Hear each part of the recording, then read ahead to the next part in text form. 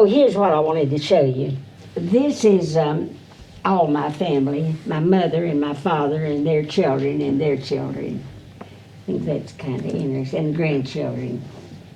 But here's my mother and my father. So that's my family there. Of course, they're all grown now. I thought that was kind of, I like that picture. This is the girl who's coming to see me that made this book for me. This is Michelle and her husband when they were married. She made this book for me.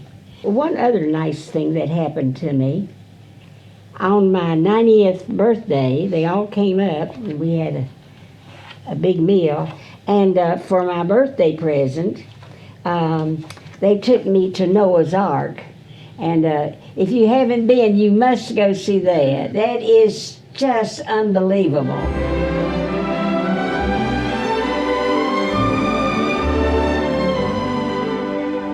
I'm Judy Donnelly, and I'm here with my very good friend, Virginia Laws.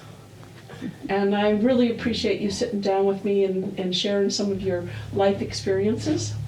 And I would like just to have a little conversation. And we're going to start with the biggest influence in your life as your mother. True. And I want you to tell us a story about your mother first. My mother was a career woman at a time when we didn't have many women in careers. In Elizabethton, we had about 3 women who were leaders in the feminist movement, I felt. My mother was director of the Department of Welfare. Hallie Reiner was a leading attorney here in town. Grace Shell was the postmistress here. So 3 women in 3 prominent positions in this little town. So I grew up early feeling that I had a role to play.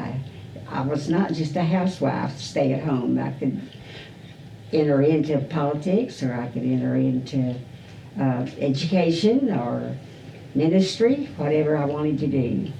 Well, your mother was in the World War I, was she not? Yes, at a time when they didn't have many women in service. My father joined the Navy, and my mother was teaching school in Nebraska. He called and told her that he had joined the Navy, so she quit her teaching job and came to Norfolk and joined the Navy too. So they were having dinner and she said, I joined the Navy today. And he said, you what? She said, well, you're in the Navy. He said, they may send us to all different parts of the world. But she didn't mind. At that time, women in the Navy were called yeomanettes. They had beautiful uniforms, navy blue woolen capes with satin lining, and she saved all of her uniforms. So I remember seeing that beautiful cape that she wore. She talked a lot about her service in the Navy. And John Philip Sousa, and he was there at the naval base, and so she said they marched to their work every day. They worked in offices, they didn't work in the military. But she would hear John Philip Sousa play his band as she went to work, and I just love that song of his. So she walked to work by listening to him play his band. And then 1920 was when you were born. Right, And, June the 3rd. And one of the things that you said to me earlier was that your mother's the one that was the biggest influence in your life as a Christian and learning how to pray. One incident, I guess, that sticks in my mind. My mother had a nervous breakdown. That's what they called it back then. She was bedfast for a year, and it made her aware that she might not live long, and she wanted to leave a Christian influence with her children. So she would have us gather around her knee and lead us in prayer and teach us to pray. So that was an influence that was for the good in my life.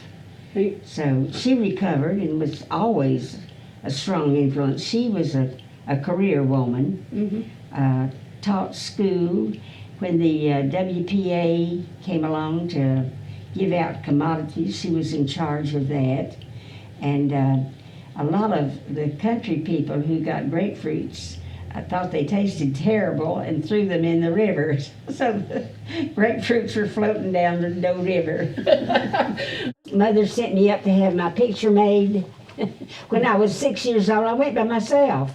And she had made this little dress for me with all those ruffles on it. And they had little Dutch bobs then. Girls didn't have pretty little curls. They just had, I walked up by myself. It's amazing. Well, you know, she taught me to be that way. They had baby carriages back then. And here I am in my baby carriage. They don't have baby carriages like that, but back then they had nice wide sidewalks. Oh, wow. Yeah. And they would take you out in your baby carriage for the day. Your mother was the influence on your storytelling because you had shared when you first had that house in the Biltmore area. We bought a house. It's the home of George Duggar now, which was just 4 rooms, 2 big rooms downstairs, 2 big rooms upstairs. They added to it.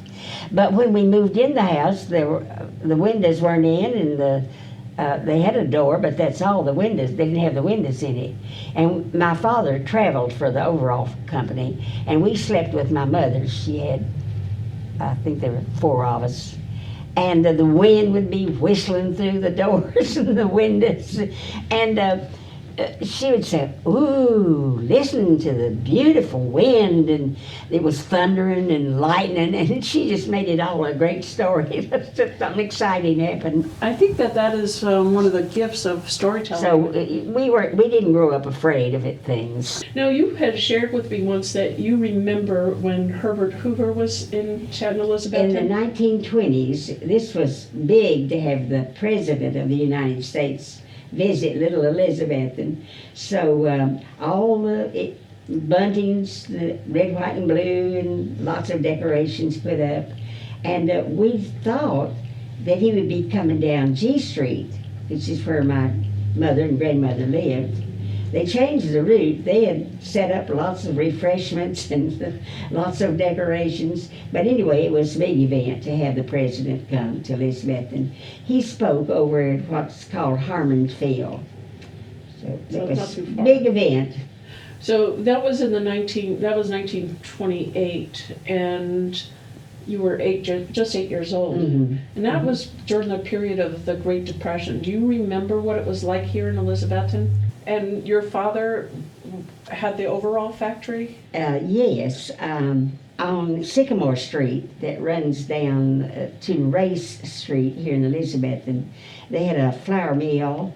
A lot of these plants were powered by the race. And so my grandfather and my father and Frank Dungan started an overall factory. And they had 30 seamstresses. On the ground level was the packing area and the offices. And on the second level were the seamstresses. I think they had about 35 seamstresses. So when you went in the overall factory, you heard the hum of those sewing machines going up and down. So that was their business. I remember the Depression because we had a lovely home. And rather than lose the home, my father sold it. And for a year, we left and lived with an uncle in Miami, Florida. So got to see the ocean. He was the finance director for the racetracks, for dog races and for Pimlico, the horse races. Of course, children couldn't go to the horse races at that time. Maybe they can now. So, but we got to go to the dog races. So that was interesting. Greyhounds. Mm-hmm. That they had a little rabbit in front running. And then he was the manager for a place in Miami there. Bayfront Park was a huge outdoor park with a stage, a covered stage in front, and a driveway that went in front of the stage. So we would go down there, and it's some famous person, musician, orchestra would be there. So Roosevelt was coming, so that was the big event, Franklin Delano Roosevelt. So we were there early, so Uncle Ed could have all the lights and the security and everything ready. And of course, we had front row seats because we were there so early. I sold my seat for $1, and there was a coconut tree that came at an angle. So I climbed up in the coconut tree where I could see everything going on below. When Roosevelt came, of course, he never got out of the car because of his handicap. And there was a man there named Zangari who hated Roosevelt because he had bad stomach problems, was hungry a lot, and he blamed Roosevelt. So that afternoon he bought a pistol with the intent of shooting Roosevelt. Mm-hmm. Of course, my mother and my brothers and sisters had front row seats, and he was seated right behind them. And so his intent was to climb up in the chair and shoot Roosevelt when he came by. Those plans, luckily Roosevelt was not hit. He fired 5 shots. He had bought a pistol that afternoon. Mm-hmm. And they hit different people. One of them hit the mayor of Chicago, who was there in honor of Roosevelt. It was bedlam after that. Yeah. They rushed him to the hospital where he died later that night. Zangari, who had fired shots, was put in the electric chair the next morning. Well, it was actually 30 days later, but he was convicted. Yes. He was convicted of that crime. And that was a quick... Attempted assassination of Roosevelt. Yeah, it was a quick trial. Was. And because no appeals, just 5 shots fired, and they all hit someone. They all hit. You can read it if you look it up on the internet. There's the stories recorded. Right. Your mother must have been frantic when she couldn't find you. Yes, I was up in the coconut tree. She didn't Well, know. it was the security, lots of police everywhere.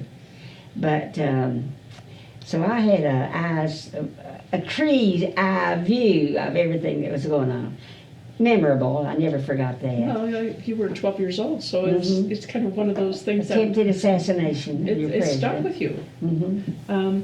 You had shared with me that your mother wanted to come back to Elizabethton. Oh, yes. At that time, they had the slot machines where you could maybe put in a quarter, and Mother said, "What's that machine?" And they said, "Well, that's a slot machine, and it's a kind of a gamble. You put in a quarter, you might get some back, and you might not." Mother put in a quarter, and I guess about $10 worth of quarters came rushing out, so that was so exciting. She kind of had that little sense of the gamble anyway. So on our way back to Tennessee, she stopped and played slot machines all the way back because she always thought she was lucky. Well, she was. She got a lot of money coming back playing slot machines. So when you got back to Tennessee... So it would have been 32 or 33. Yeah. So when you came back and you finished high school, where did you go to high school? Is it Elizabeth? Here in Elizabethton. Elizabethton High School? Had great teachers, So, and you met your husband when you were in school? Yes. He was in a play, and I thought he was pretty nice looking, but I didn't pursue him. But I think I must have been on the front row, and he had been coming to see where I lived, having a friend bring him down to see where I lived. So that's where I met my husband, in high school. Where did you go to college? Mother believed strongly in education, and I had finished a year of college and then married, and my daughter was born 12 months later, so I didn't continue my education at that time. But I knew how much Mother valued education, so later on I attended Milligan College. You were married in 1939, and your daughter was born in December. Yes, the same year. You were married in January. January the 3rd, and she was born December the 1st. Yeah, so but Your mother also had you take a civil service exam. Mother believed that she believed in education, and she thought you ought to prepare yourself. And she noticed that there was a exam posted for a printer's assistant in Johnson City, and so she said you might as well take that exam. And when I took that exam, it puts you on the civil service rolls. So then, when the Depression came, and Roy lost his job, he came home that day almost in tears because we had a 6-month-old baby. And the only other jobs available were maybe a service station or department store. And ironically, maybe the Lord worked this out. At that time, I got a call from the civil service in Washington, D.C. For a position to work there. It was the census first. That was a short. But civil service, once you're under civil service and one job runs out, they'll get you another job. So I did go for the Census Bureau, and in that job, you identified every position in the United States with a code. So you decoded all the employment in the United States. So when that ran out, that was about a year, they transferred me over to the Bureau of Engraving and Printing. And what did you do there? Started out a very lowly position. Money comes in a sheet with 12 bills on one sheet. And every time it goes through the printing press, one side's green, one side's black. So they put them in an oven to bake them so they'll dry and dry the ink real quick so it won't smear. So the lowliest position there is to count the money after it comes out of this hot oven. But they recognized I could do a little bit more than count money, so they transferred me to the office. Mm-hmm. I worked there. I learned all the positions of, these were mostly elderly ladies that worked in, because you're working with money, they don't want young women to be tempted to smuggle out money. So in the last stage where they put the seal on the money and the number, it's all older women. But they trained me on all their jobs so I could fill in if they were sick. So, and then they put me in as a guide to guide tourists. And the guides are on a walkway up above where the tourists are walking down below. So I acted as a guide there at the Bureau of Engraving and Printing. That was fun. You were there in 1940 to... The war started, and Roy was going in the infantry. He felt like that was a lot more casualties. So I was expecting a baby, and he got a deferment and joined the Navy.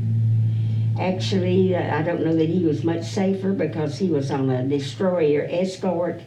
The destroyer escort capsized almost to the point of a big Pacific storm where they were going to say abandoned ship, but the ship righted itself. But he was a warrant officer, and a lot of equipment fell on top of him when the ship almost capsized. He has some of a typewriter fell on top of his head and split his head open, so he had a metal plate put in. And my daughter used to teasingly say, my father got a Purple Heart because he was injured by a Remington. He's got a sense of humor. Yeah. So after you returned to, when he returned home... after the war was over. Yeah, you told me you had gone up to Kentucky. Why did you go to Kentucky? Leon? For work. Yeah, okay. My aunt owned several stores in Leon, Kentucky, a dry goods store, a grocery store, and different stores. And so she said, well, if Roy didn't have a job, you can come up and work for me. So we went to Leon, Kentucky and lived a year. And you had a great experience there for I yourself had personally. A real spiritual experience there. One of the ladies, Velma Craft, invited me to go to church with her. This was a Church of God. And that morning I told her I didn't feel very well. I didn't believe I'd go. And she said, "You'll feel better when you get there." And I did go. This was a small church. I guess there were about 8 or 9 people there, not very many people. And when we arrived at church, they led me to a seat, and then they all got on their knees and got around me and started praying for me. And I thought, I'm a Christian, why are they praying for me? But I guess maybe it was Holy Spirit, I'm not sure. But deep conviction fell on me, and I said, I am a sinner, and I need the Lord. And they baptized me in that little church. So when I came back to Elizabeth, and I wanted to find a church that emphasized baptism and the gift of the Holy Spirit. I'll tell you a little funny incident that occurred. We ran a grocery store for Aunt Esther. She owned several stores there. And a little girl named Rhoda worked for us. And she came in one day and told Roy that lard was rationed in the war. And she told Roy she wanted a nickel's worth of lard. And Roy said, "Come around here and take a sniff, honey." But of course he gave her about $1 worth. He was just a tease. He liked to tease people. Well, I know that. He sounded like a wonderful man. I wish he had a good sense of humor. Yeah, that's true. That's because that's what Phyllis had shared with me, and you have shared several stories.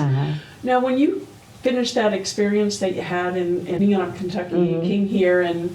I came here, and first I applied at the Department of Education. K.P. Banks was the superintendent, and he hired me to be the lunchroom supervisor. So I had 30 schools that I supervised for their menus to be sure they met federal regulations. They'd have to bring their menus into me, and I'd double check them, and then we sent that on to the state. And I had to visit all of the schools. Well, that was interesting. Well, the bad part, they weren't allowed to have candy. Oh. So they weren't supposed to sell candy to students, which a lot of them did. So they wanted advance notice if I was coming to visit the school so they could hide all the candy. Well, that's kind of... So I worked in that job for a while for Superintendent Banks. During the polio epidemic, Right. LaGuardia was the mayor of New York, and he read the funny papers to the children on Sunday. And my minister, Fred Smith, thought it would be nice for me to tell the Bible story to children over the radio. So I did that on Sundays at the local radio station. This was in the late 1950s, and then a friend of mine, Jim Honeycutt, wanted me to come and work for him, and I worked for him at Dealer Supply for a while. He wanted me to do the accounting. The Graybills were prominent people in Roan Mountain. Their only problem was they spread themselves a little thin. They had a lumber company in Roan Mountain. They had a vermiculite mine in South Carolina. They had a cement plant in Dayton, Tennessee. They had another lumber company in Crossville, Tennessee. And I kept all the books for all those different organizations for a while. And then I heard that the foundry, Johnson City Foundry, was hiring a man to keep her books, to do all of her accounting, and to meet with her when she had to go to different organizations. She was the mayor of Johnson City. So I applied for that and got that job working for her. And she was looking at a man, an attorney, so I was thrilled to get that job. But I am not proud of what I did after that. 2 of the board members of Milligan College came to see me. One was Frank Hanna from Irwin, the other was Les Lumsden from Elizabethton. And they said, we want you to come to Milligan and set up a double entry bookkeeping system. And I said, well, I've just started here for Ms. McDowell. Well, they said, you pray about it. We think that's where you ought to be. And the more I thought about it, I thought I could continue my education if I were in Milligan. So I resigned, and I hated that I did that to Miss McDowell because she had been good to me. But I went to Milligan and set up a double entry bookkeeping. We got a computer and put all of our accounting on a computer. And I did get to go back with release time and get my degree from Milligan. And then I asked the manager, B.J. Moore from Milligan, I said, would you give me a year's leave of absence? I want to get my master's. And he said, you just keep your job here, you go on over and do the work you need to do to get your master's. So I got my master's then from East Tennessee State. And when I came back, one of the professors, Miss Turbyville, was retiring over the, it's really a secretarial area, but they had an opening. So I talked to Mr. Price, the head of the department, and asked him if I could have that position. So then I started teaching at Milligan College. And you retired from Milligan. I retired from Milligan. Mm-hmm. Now you've had some wonderful experiences there too. I would like you to share that story when you first went to Israel.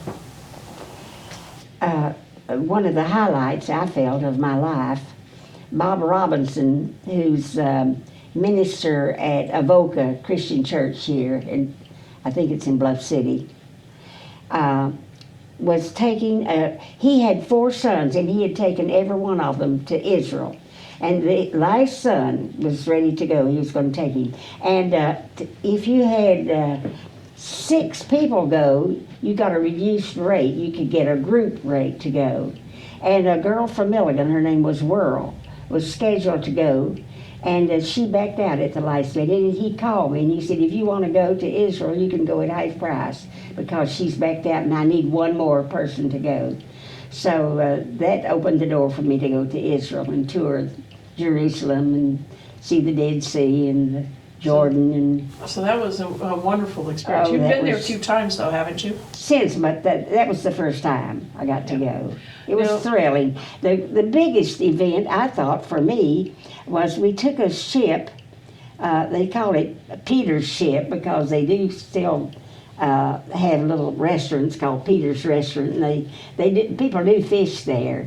But you could cross the Sea of Galilee, and we sang hymns and crossed the Sea of Galilee, and I thought, now the land may change, but this is still the same lake it was when Jesus was here. So it was thrilling to be there. Oh, it was. It sounded wonderful. Wonderful. Now, you went to England with, With Donna Netherland. I thought the first time you went with... No, the first time. Where did I go with the first you went with time? that doctor from... Dr. Robert Wetzel.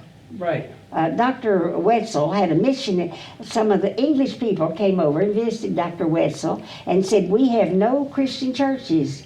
We have no churches, just they have a state church in England. And they said no one goes to the state church. They have about 5 people on Sunday. And we need a church over here. And would you come over and help start a church in England? So Dr. Wetzel went over, and then he wanted me to come over to set up a office for him, bookkeeping, double entry bookkeeping, and do all the accounting. And so I wanted to see England's what I wanted to do. So I went over and worked with him. He had a little college called Springdale College. And they gave me a little room. They had a house for their school, a beautiful old English residence. And I had a bedroom there that I stayed. And the first night when I went to sleep, I looked up and there were millions of stars on the ceiling. Some of the students who had been there had put little gold stars all over the top of the ceiling. And Wow, that's interesting. I thought, oh wow. So where did they open up the church? Now you got to tell us about that.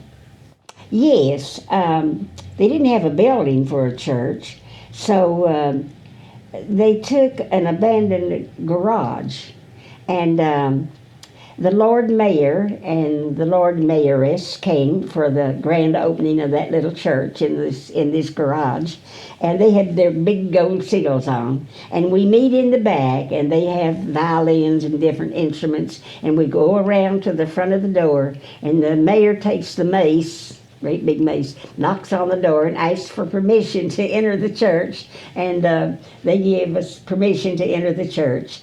And the interesting thing was, the baptistry was, you know how cars have pits where they take the cars down and lower them up to work on them.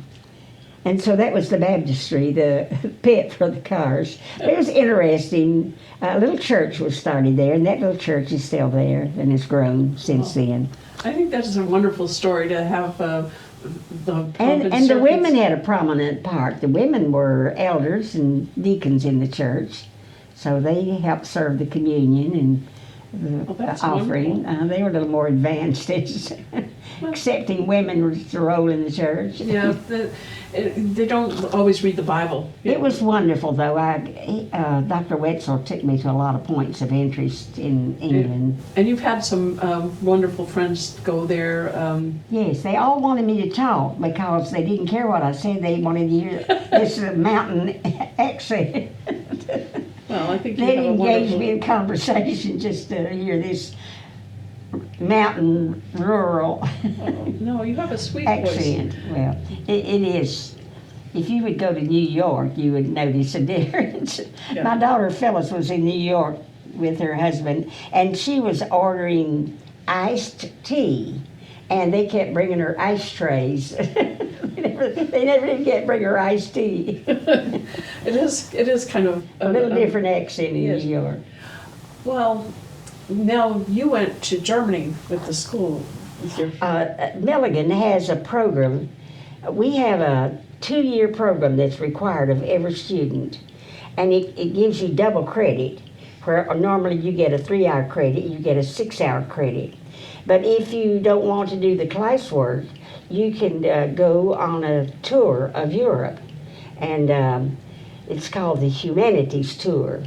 And always have to have 2 professors go along. So I got to do that. We have a German lady who also taught at Milligan and returned to Germany, married an American man, and they have a home there. So when we flew in, the 6 students and 2 professors, the Davises met us, and they had a Volkswagen that we could travel in. So that was interesting. And you stayed there Stayed after there. the students left? I'd always, when I was in high school, my English teacher, Olive Allen, who lived in Siam, would tell us about going to the Passion Play.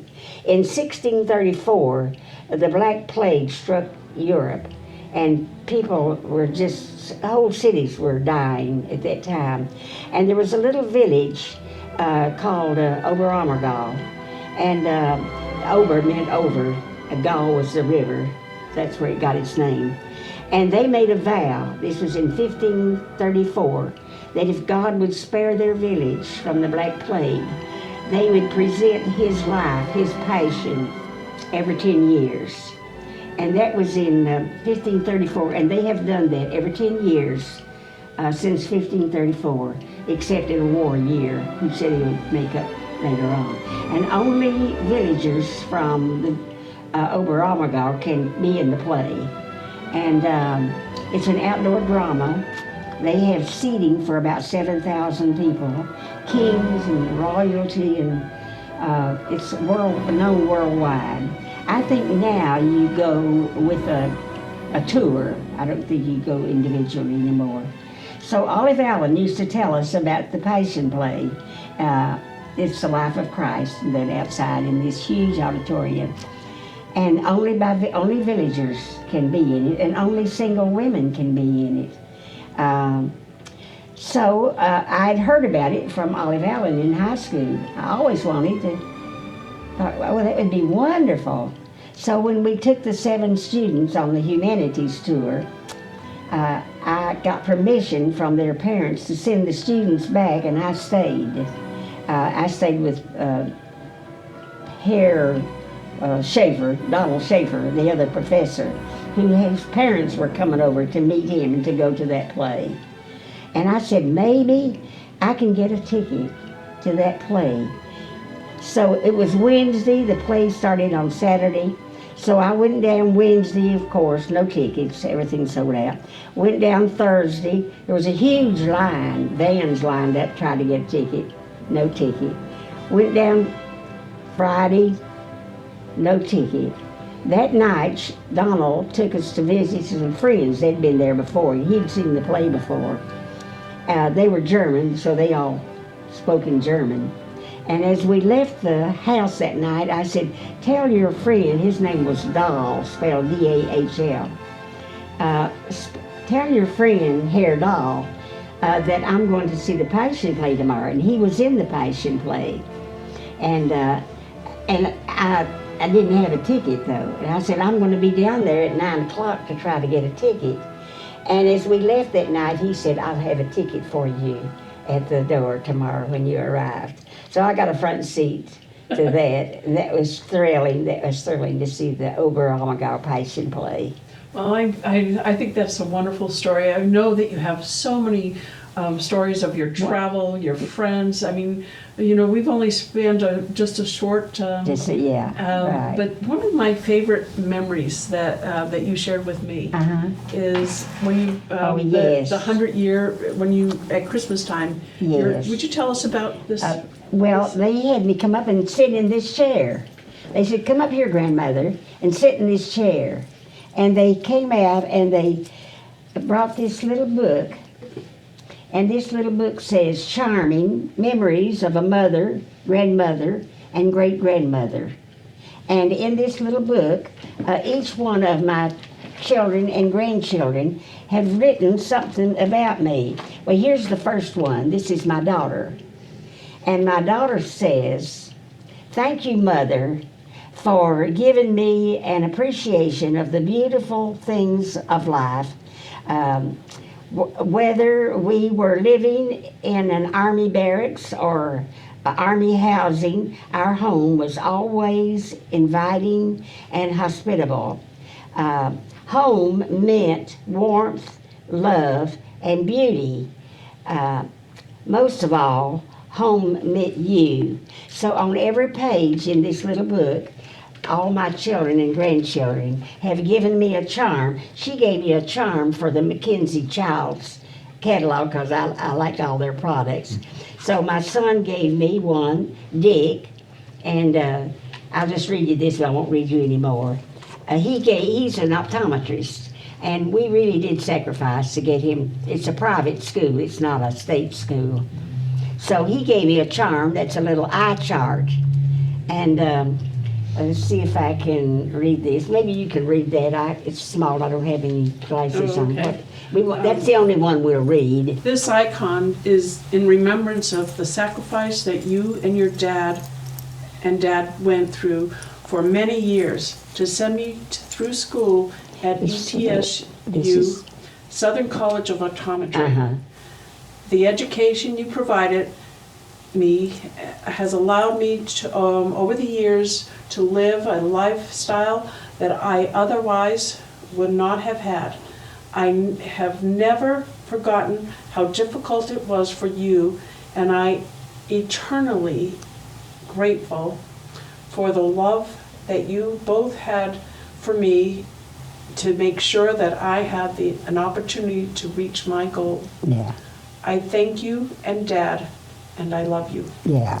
So every one of these charms has a little message from one of my family. So I treasure that. And then they gave this little book with me that has a picture of all the charms and a message from all my children and grandchildren. Well, you have a double-decker bus here.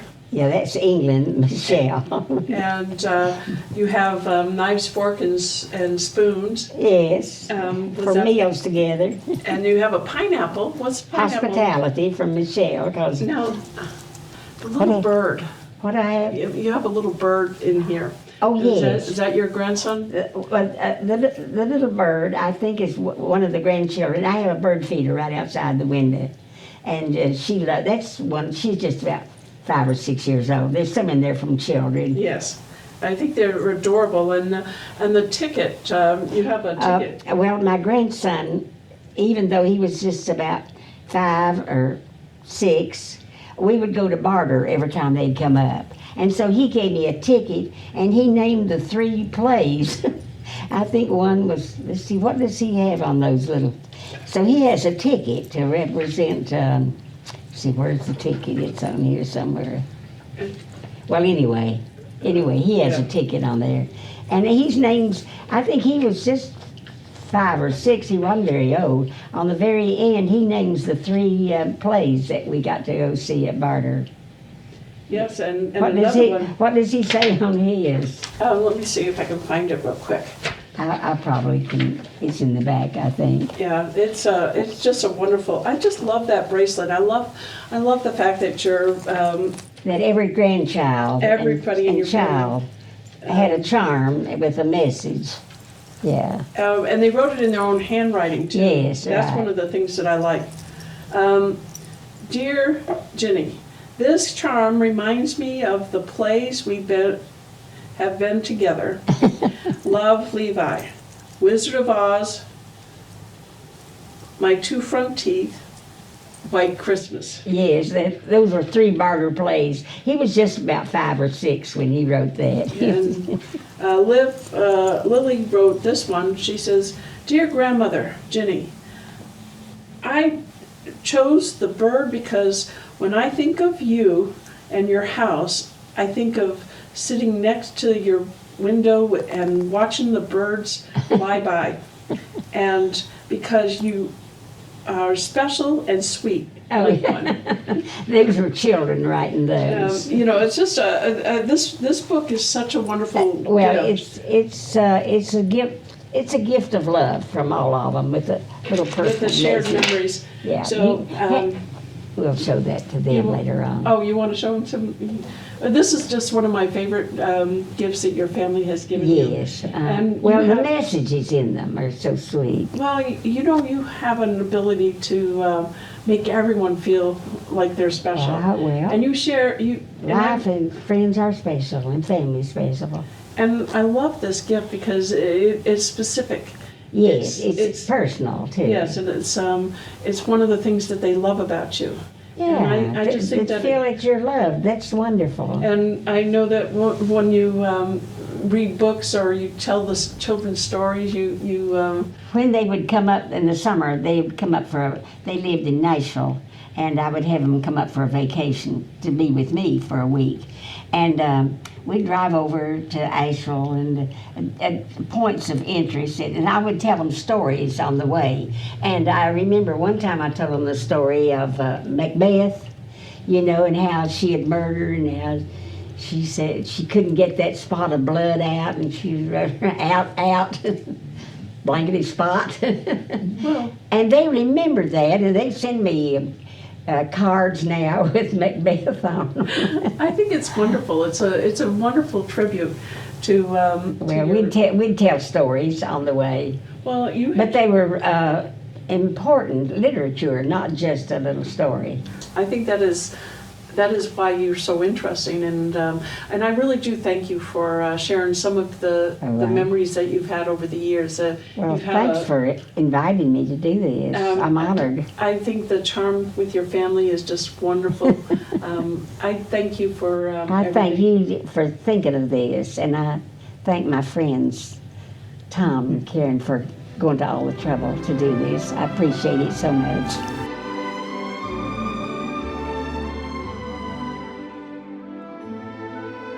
And they were playing the Tennessee waltz. I was dancing with my darling to the Tennessee waltz. That was our song. We all sang together. That beautiful Tennessee.